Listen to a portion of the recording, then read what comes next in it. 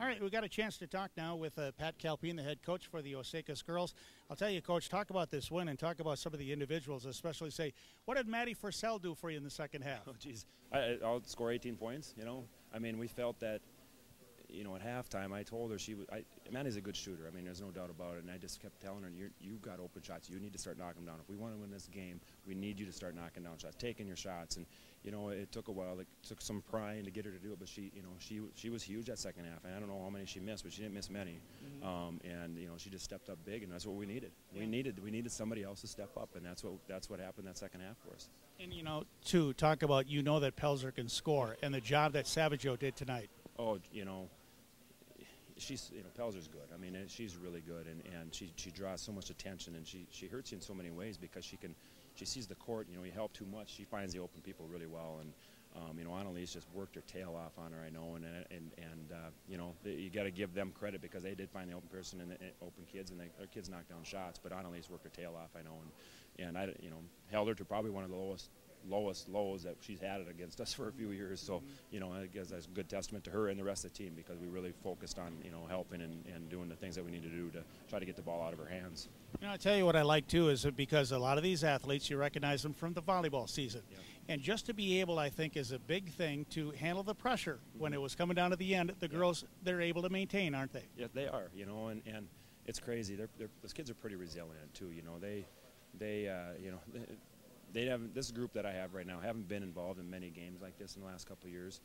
You know, this year we're starting to, you know, step up and play, but they seem so relaxed. Even though, you know, Upsala was going to make a run there, and we knew that, but they just seem relaxed and you know, looked like they still were playing confident, and you know, obviously to hit free throws down the stretch was key for us too. You know, can you make a comparison to, say, like the night that you beat Sauk Centre? Sauk Centre is obviously a quality team. How do these two games compare for you? Well, they're both against very good teams. I mean, you know, Sauk's a great team, and Upsala's a great team, and they both pose, you know, big problems. You know, Sauk, you know, obviously it was a little more scoring and a little more low scoring than tonight's, but you know, each game was a big win for us. You know, obviously this was maybe a little bigger just because of the conference. You know, we haven't been in the conference race for a few years. You know, Upsala's been up there for the last 3-4 years, and I think they've had a good win streak for the last 4 years. So for us to come and knock them off, I think really adds a little. It really gives the kids a lot more confidence knowing that they can beat a good quality team like Upsala because they're good. I mean, there's no doubt about it. And then Sauk Centre was good. You know, they're both good teams, and we're just happy to come out on the right end of both those games. Another player I want to highlight too is Brooke Sorensen. She got you off to a good start, knocked down a couple of threes, so that was key. She played a good, solid game too. She did. You know, she's one of those girls that hasn't been scoring a ton of points this year. This might have been a season high for her. I'm not positive, but she does so many little things for us. She understands the game. She's a smart player. You know, she helps defensively. She rebounds. She takes the ball in the open court when we need it in the open court. You know, a lot of little things that she does. She's just a smart player for us. And you know, you know, there's a lot of little things that we can't, as coaches, you just can't teach. It's the knowledge of the game, and maybe being a coach's daughter helps a little bit too. But you know, she's just been outstanding for us all year long. You know, too, you can see on the rebounds, there's a lot of hands, and you got to be able to. I'm sure you're trying to teach that too. You got to rip it out of there, don't you? You do, you know. And tonight, that's the one downfall. I didn't think we rebounded worth a darn tonight, you know. And I think a lot of that has to do with them too, you know. And you know, whenever we did get a hand on it, it seemed like there was 4 hands on it, 2 of ours and 2 of theirs, and whoever ripped it out of there got it first, you know. And you know, but that they learn from that, you know. And against a good, strong team like them, they learn from that. You know, I realize it's still a ways away, but you got the CD meeting coming up with the subsection.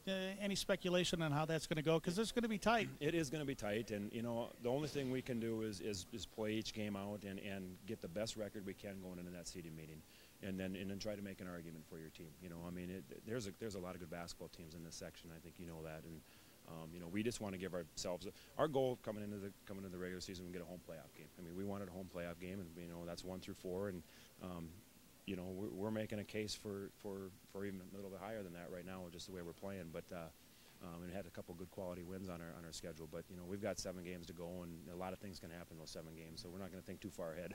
Well, and certainly once you get to that point, you know, you're probably running into Sauk Centre. You got Albany. You got Staples Motley was here tonight watching. So there's some good teams. They're all yeah. There's so many good teams that, you know, and you look on both halves. You know, in talking to Coach Pelzer before the game, he goes, "Wow, looking at your section," he goes, there's 5-6 teams in that section that could come out of it." And he's right, but that's going to make it for a good section tournament, and that's what you want. I mean, I think you want a good section tournament, and you want your section, you want to have a good represented section too,